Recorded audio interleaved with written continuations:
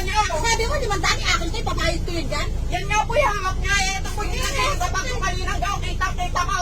Kaya nga po nagreklamo ako na nawawalan ako ng pera.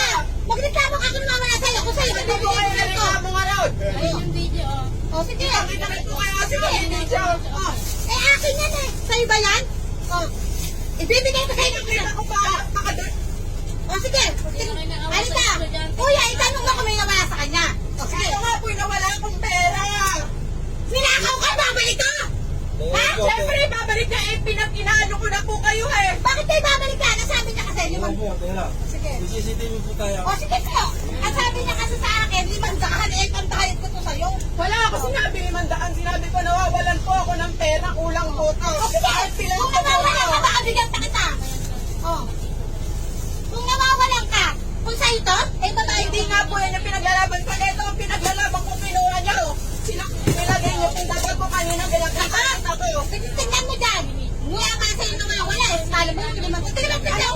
nga?